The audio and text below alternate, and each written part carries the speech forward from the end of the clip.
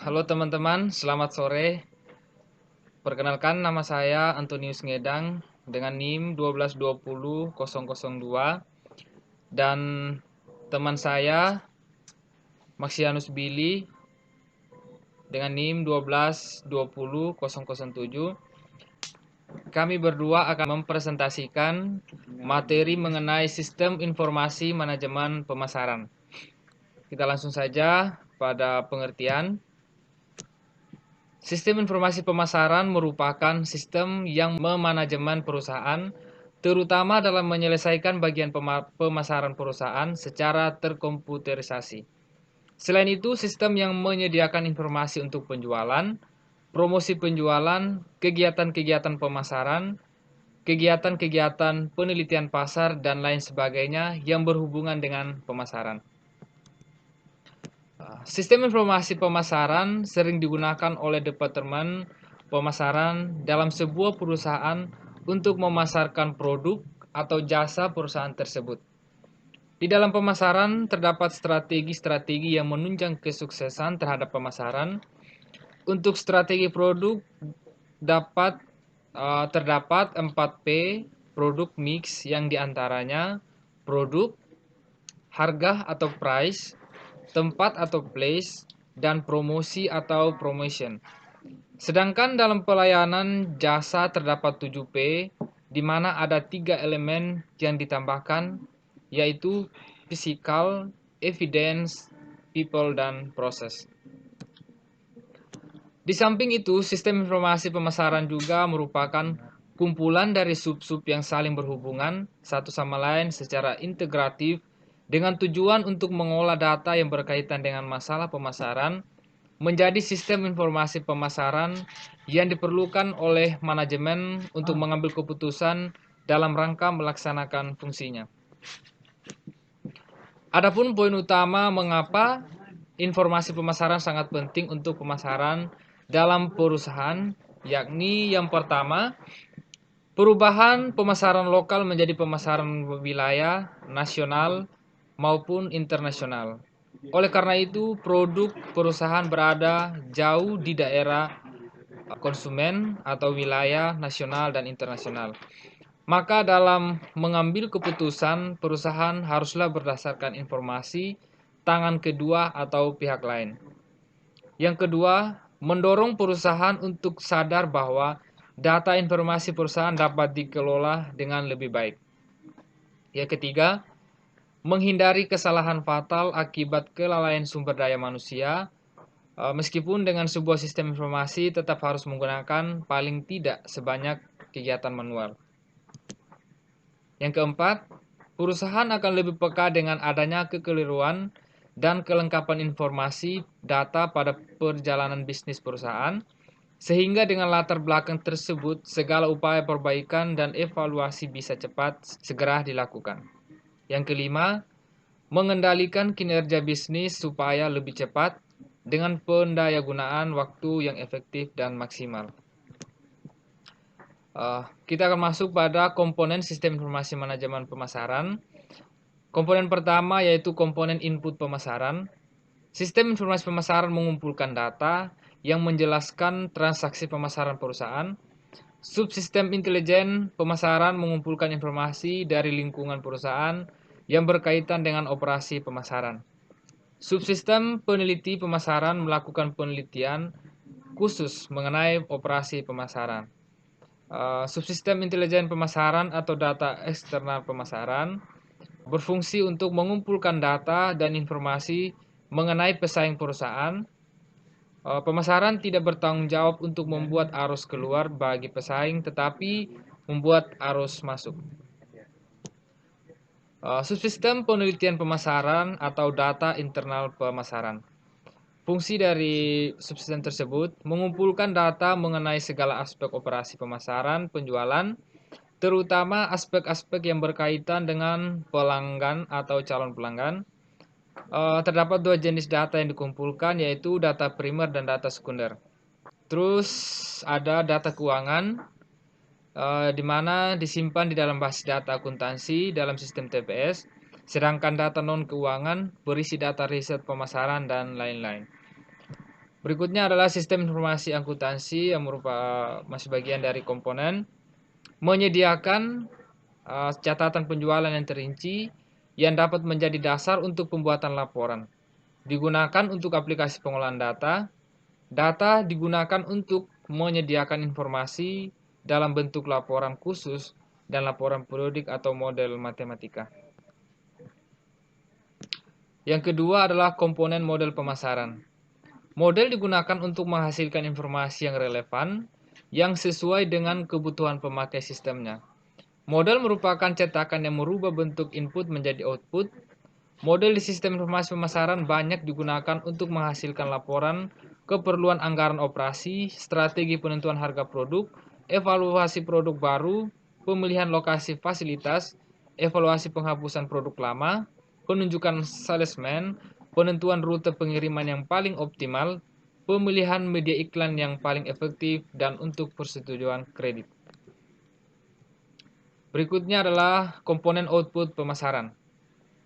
Setiap subsistem output menyediakan informasi tentang subsistem itu sebagai bagian dari bauran produk atau jasa. Pada subsistem produk berhubungan dengan informasi produk yang dijual perusahaan, produk berpesaing dan produk masa depan, subsistem harga, informasi yang berguna bagi manajer untuk menentukan dan menganalisis harga produk. Sedangkan subsistem tempat informasi mengenai jaringan distribusi pemasarannya, dan subsistem promosi merupakan salah satu cara untuk meningkatkan tingkat penjualan dalam bidang pemasaran. Selanjutnya, materi ini akan dilanjutkan oleh teman saya Maxianus Billy. Saya persilakan untuk mempresentasikan.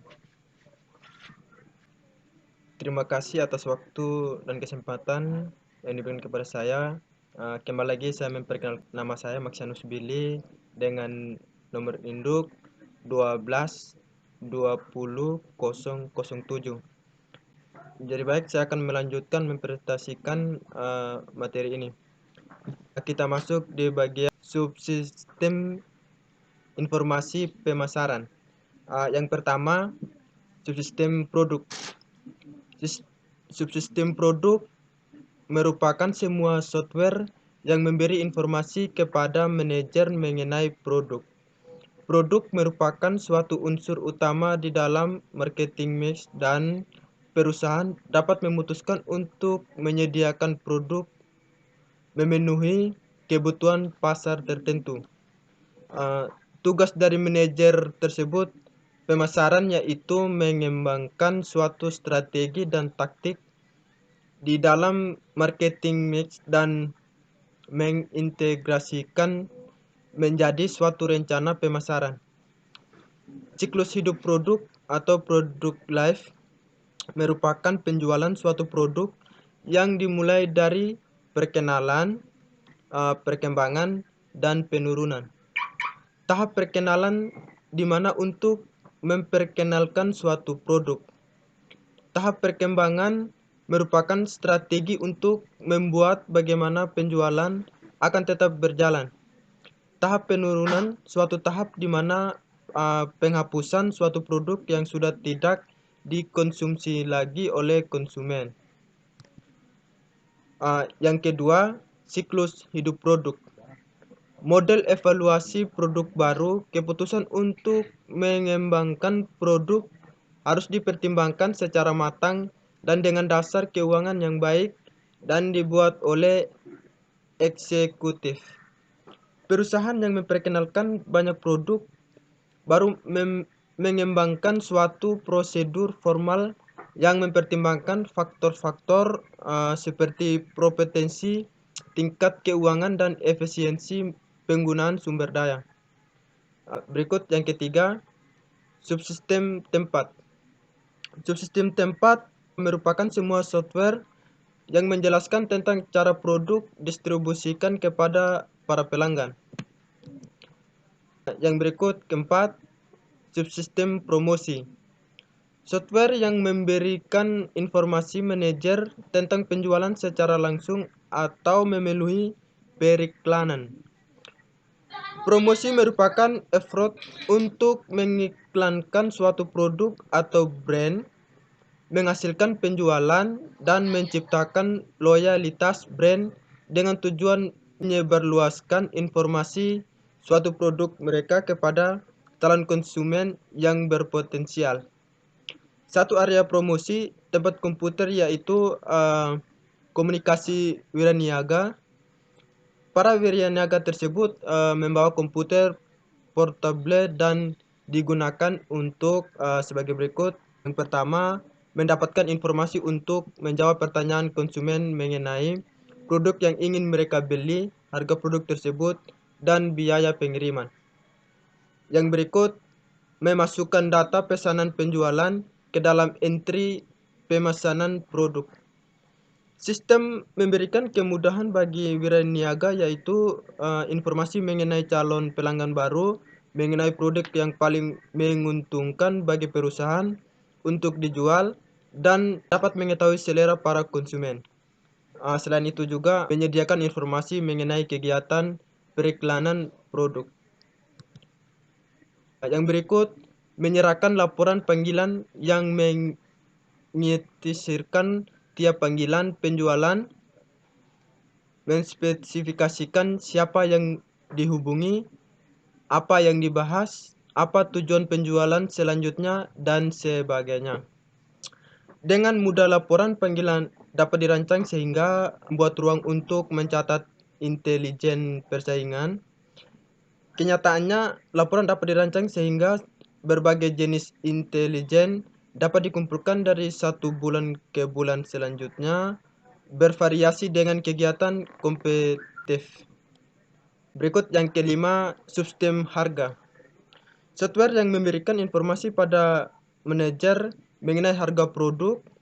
Pada sistem harga berguna untuk membantu manajer perusahaan membuat keputusan harga produk yang akan dipasarkan kepada calon konsumen. Adapun faktor yang mempengaruhi harga jual produk bagi berikut. Yang pertama ada segmentasi konsumen, dan yang kedua harga kompetitor. Yang ketiga biaya produksi, pemasaran, dan biaya distribusi. Terus yang berikut keuntungan dari penjualan produk. Yang berikut yang keenam, sistem laporan internal. Sistem informasi yang digunakan oleh manajer pemasaran secara dasar adalah sistem laporan internal. Pada sistem ini dapat melaporkan pesanan, penjualan, tingkat persediaan, utang piutang, dan lain-lain. Sistem ini terdiri dari yang pertama, sistem pesan, kirim, tagih. Inti dari sistem laporan internal adalah siklus pesan kirim dan tagih.